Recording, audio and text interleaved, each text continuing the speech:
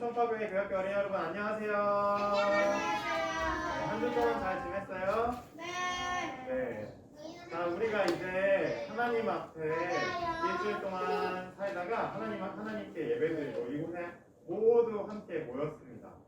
우리가 함께 모여서 드리는 이 예배 가운데 여러분들이 각자 어떤 것을 기대하고 생각하고 왔는지 모르겠습니다.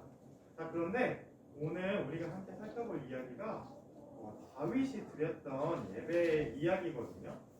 이 여러분들 마음 가운데 어떤 기대와 생각을 가지고 예배를 드리러 왔는지 예배를 드리는 동안 한번 생각해 보시고 또 다윗의 이야기를 통해서 그리고 우리가 하나하나 드리는 예배의 과정들 속에서 하나님께서 우리 마음 가운데 어떤 말씀을 하시는지 잘 기울여서 들어보는 예배가 되었으면 좋겠습니다. 자, 먼저 우리가 함께 찬양하면서 하나님을 예배하도록 하겠습니다. 선한 목자 되신 우리 주 항상 인도하시고 푸른 물과 좋은 곳에서 우리 먹여주소서. 선한 목자 구세주여 항상 인도하소서. 선한 목자 구세주여 항상 인도하소서. 한 번 더 선한 목자. 선한 목자 되신 우리 주 항상 인도하시고 푸른 풀과 좋은 곳에서 우리 먹여주소서. 선한 목자 구세주여 항상 인도하소서. 선한 목자 구세주여 항상 인도하소서. 한 번 더 선한 목자. 선한 목자 구세주여 항상 인도하소서. 선한 목자 구세주여 항상 인도하소서. 자, 우리가 살펴보고 있는 말씀처럼 그리고 우리가 방금 찬양한 우리의 찬양처럼 하나님께서 우리에게 좋은 목자가 되어주십니다. 좋은 목자이신 주님, 우리가 지금 이 시간 함께 모여서 하나님을 예배하는 이 시간에 우리와 항상 늘 함께 해주세요 하는 마음 담아서 소에 불을 붙이도록 하겠습니다.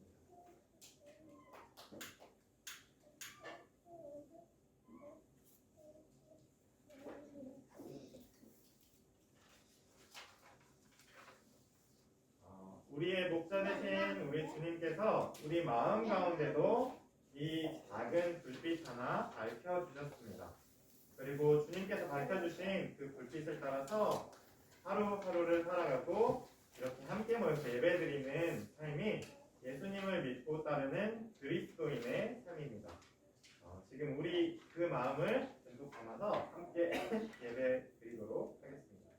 오늘 우리에게 주시는 하나님의 말씀은 사무엘기하 6장 12절에서 19절까지의 말씀입니다. 제가 여러분들에게 읽어드리도록 하겠습니다. 여러분은 귀를 기울여서 들어주세요. 누군가가 오벳 에돔의 집에 하나님의 궤를 보관하였기 때문에 주님께서 오벳 에돔의 집과 그에게 딸린 모든 것에 복을 내려주셨다는 소식을 다윗 왕에게 전하였다. 그리하여 다윗은 기쁜 마음으로 가서 하나님의 궤를 오벳에돔의 집에서 다윗 성으로 가지고 올라왔다. 궤를 옮길 때 그는 큰 축제를 벌였다. 다윗은 주님의 궤를 맨 사람들이 6걸음을 옮겼을 때 행렬을 멈추게 하고 소와 살찐 양을 제물로 잡아서 바쳤다. 그리고 다윗은 모시로 만든 에봇만을 걸치고 주님 앞에서 온 힘을 다하여 힘차게 춤을 추었다. 다윗과 온 이스라엘 가문은 환호성을 올리고 나팔 소리가 우렁찬 가운데 주님의 궤를 옮겨왔다. 주님의 궤가 다윗 성으로 들어올 때 사울의 딸 미갈이 창밖을 내다보다가 다윗 왕이 주님 앞에서 뛰면서 춤을 추는 것을 보고 마음속으로 그를 업신 여겼다. 그들이 주님의 궤를 들어다가 다윗이 궤를 두려고 쳐놓은 장막 안 제자리에 옮겨 놓았을 때에 다윗이 주님 앞에 번제와 화목제를 드렸다. 다윗은 번제와 화목제를 드리고 나서 만군의 주님의 이름으로 백성에게 복을 빌어주고 그곳에 모인 온 이스라엘 백성에게 남녀를 가리지 않고 각 사람에게 빵 한 덩이와 고기 한 점과 건포도 과자 한 개씩을 나누어 주었다. 그런 다음에 온 백성이 각각 자기들의 집으로 돌아갔다. 이는 하나님의 말씀입니다. 하나님 감사합니다. 아멘. 우리가 지난주에 다윗과 골리앗의 이야기를 함께 살펴보았었습니다. 그리고 이스라엘의 새로운 목자로 기름을 부은 다윗이 그 전쟁 가운데서 어떤 모습으로 그 커다랗고 무서운 이스라엘 하나님의 백성들을 위협하는 집어삼키려고 하는 골리앗을 쓰러뜨리고 이겼는지 우리가 함께 살펴보았었습니다. 자, 다윗이 어떤 모습으로 골리앗을 쓰러뜨렸죠? 아주 무장을 하고 날카로운 칼을 찬 군인의 모습으로 골리앗을 쓰러뜨렸죠? 네, 그럼 어떤 모습이었나요? 아주 작은 소년이었던 다윗은 늘상 하던 대로 자기의 양을 사랑하고 돌보고 지키던 그 목동의 모습으로 골리앗을 쓰러뜨렸었습니다. 자, 그리고 그 뒤에 아주 많은 일들이 벌어졌습니다. 이스라엘의 왕이었던 사울은 골리앗을 쓰러뜨린 다윗이 이스라엘에서 인기가 많아지는 것을 보고 아주 불안해했습니다. 왜냐하면 다윗이 자기의 왕의 자리를 빼앗을까봐 무서워버렸어요. 그래서 힘의 세계 사람이었던 사울은 항상 다윗을 미워해서 다윗을 없애버리고 싶어 했습니다. 자, 그런데 그래서 군대를 풀어서 다윗을 잡으려고 수없이 시도했었고요. 그런데 그 상황 가운데서 하나님의 기름 부음을 받은 목자인 다윗은 사울의 목을 칠 수 있는, 사울을 죽일 수 있는 기회가 2번이나 있었음에도 불구하고 하나님께서 기름 부어서 세우신 왕을 내 손으로 죽일 수 없다라고 생각했기 때문에 그 2번의 기회 모두 사울 왕을 풀어주고 놓아주었습니다. 그래서 힘의 세계에 있던 사울은 자기의 왕을 사울을 불쌍히 여기고 사울에게 기름 부으신 하나님을 생각하는 다윗에 의해서 자기의 왕의 자리를 빼앗기지는 않았었지만 결국 힘의 세계의 사람인 사울은 더 큰 힘, 블레셋이라는 더 큰 힘에게 결국 진을 입을 수밖에 없었습니다. 사울은 결국 전쟁터에서 싸우다가 자기의 목숨을 잃고 말았습니다.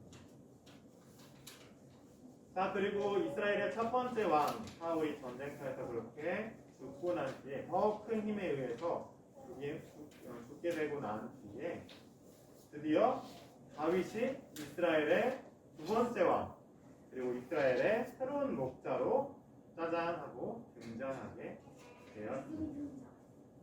온 이스라엘을 하나님의 마음으로 이끄는 목자로 이제 백성들 앞에서 세움을 받은 다윗은 첫 번째로 다윗 성이라는 곳을 정복해서 그곳을 이스라엘의 중심으로 만들었습니다. 그리고 나서 다윗이 온 이스라엘을 다스리고 하나님의 마음으로 이끄는 목자, 왕으로 세워지고 나서 다윗이 첫 번째로 한 일은 무엇이었을까요? 예배. 어떤 예배였을까요? 하나님께 하나님께 드리는 예배. 맞습니다. 다윗은 첫 번째로 하나님께 예배를 드리기로 했습니다. 자, 그런데 다윗이 하나님께 예배를 드려야겠다라고 생각했을 때 떠오른 것이 한 가지 있었습니다. 바로 그것은 왕 사울, 힘의 세계 사람이었던 사울 왕이 있는 동안 완전히 잊혀져 있었던 하나님의 언약궤를 이스라엘의 중심인 다윗성으로 다시 모셔오는 일이었습니다. 자, 우리가 지난 이야기들을 통해서 언약궤가 어떻게 이스라엘 백성들 가운데 이스라엘에서 잊혀졌는지 잘 알고 있습니다. 왜 잊혀졌었죠? 누구한테 언약궤를 뺏겼었죠?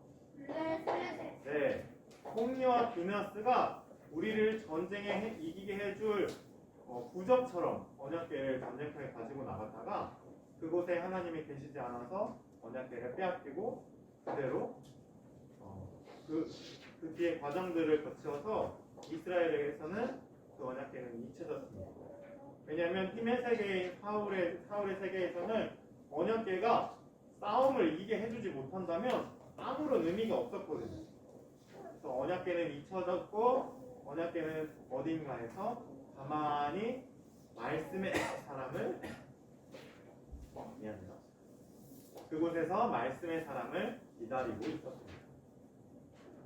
자, 그래서 이스라엘의 목자가 된 다윗은 그 언약궤를 하나님께서 이스라엘과 함께 하시겠다는 약속인 그 언약궤를 이스라엘 다윗성으로 모셔오기로 한 겁니다.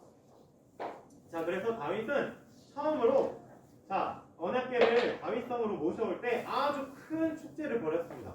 막 악기들을 연주하고요. 온 많은 사람들이 모여서 그 언약궤를 다윗성으로 모셔가는 일에 막 축제가 벌어졌습니다. 자, 그런데 문제가 하나 생겼습니다. 그 언약궤를 실어오는 수레가 실어왔거든요. 소가 끄는 수레에다가 언약궤를 이렇게 실어서 왔는데 갑자기 소가 어느 곳에 이르러서 소가 갑자기 막 날뛰기 시작한 겁니다. 자, 그러니까 수레가 들썩들썩 하다가 언약궤가 떨어지려고 하는 거예요, 수레에서. 그럼 어떻게 돼요? 언약궤가 수레에서 떨어지면 와장창 깨지겠죠. 그러니까 그 옆에서, 수레 옆에서 언약궤와 함께 가고 있던 우사라는 사람이 너무 급해가지고 언약궤에다가 손을 댄 겁니다. 떨어지려고 하는. 손을 잡았어요. 근데 잡았는데 언약궤를 손을 이렇게 댔는데 물건처럼 이렇게 떨어지는 물건을 내가 막아야지 라고 했던 그 우사가 거기서 그대로 목숨을 잃고 말았어요. 성경에는 그 언약궤에 손을 댄 우사가 하나님의 진노를 받아서 죽었다고 되어 있습니다. 자, 다윗은 그 현장에 바로 옆에, 언약궤 바로 옆에 있었을 겁니다. 다윗은 그 모습을 보고 충격을 받았습니다. 처음에는 화가 나기도 했어요. 아니, 내가 언약궤를 다윗성에 모셔가려고 하는데 우사는 왜 거기다 손을 대가지고 이렇게 그거를 이렇게 망쳐놨어 라고 화가 나기도 했지만 곧이어서 아주 무서운 마음이 들게 되었습니다. 하나님의 언약궤를 이렇게 물건처럼 함부로 다루게 된다면 하나님의 진노를 받게 되는구나 라는 걸 깨닫게 돼서 하나님의 진노가 두려워진 다윗은 무서워서 그 언약궤를 다윗성으로 모셔가는 것을 포기하고 바드 사람 오벳 에돔이라는 사람의 집에다가 맡겨놓게 됩니다.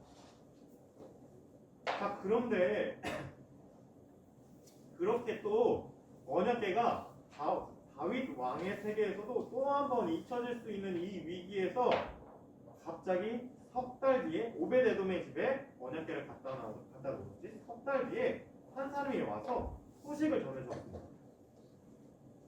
다윗 왕님, 지난번에 언약궤를 모셔다 놓았던 오벳 에돔의 집에 그가 언약궤를 모시는 삶을 사는 그 오벳 에돔의 집에 하나님께서 하나님의 복을 넘치도록 부어주셨다고 합니다.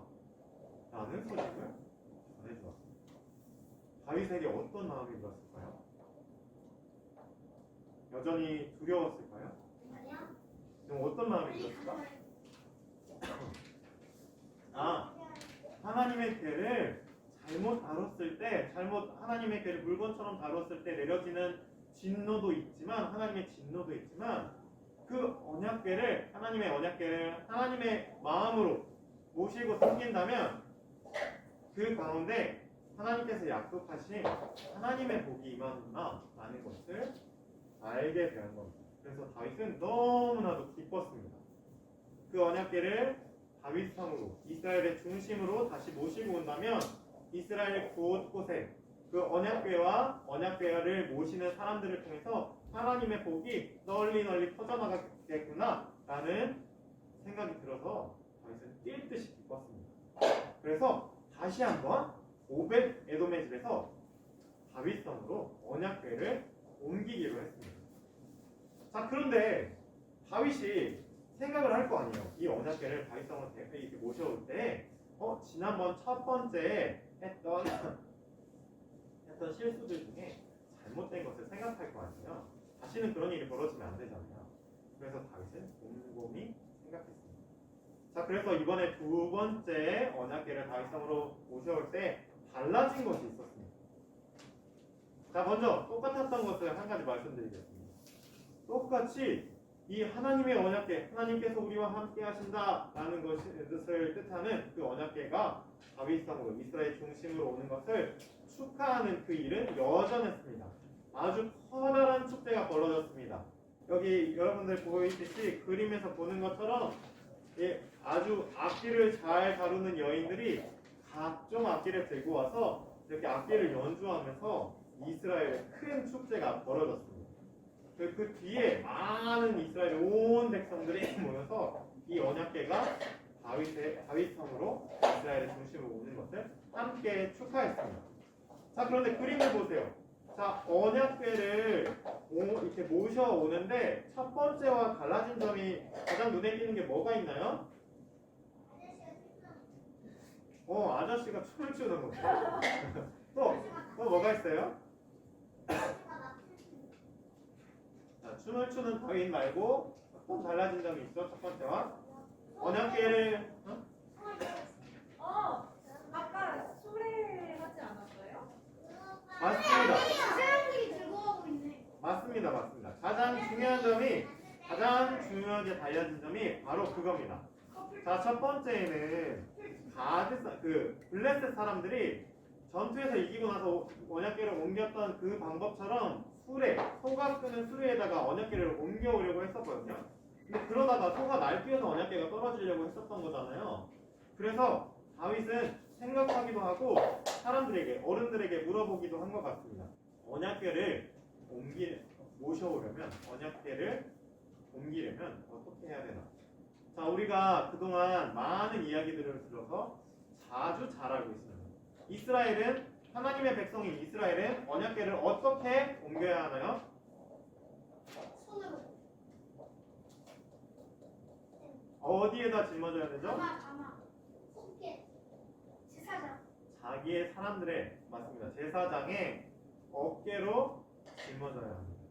그것을 물건처럼 수레에다 싣고 옮길 수 있는 것이 아니라 하나님의 말씀을 받고 사람들과 하나님을 이어주는 제사장이 그 말씀, 그 십계명이 담겨 있고 아론의 싹이난 지팡이가 담겨 있고 한 오멜의 만나 한 마리가 담겨져 있는 그 언약궤를 직접 자기의 어깨로 지고 옮겨야 합니다.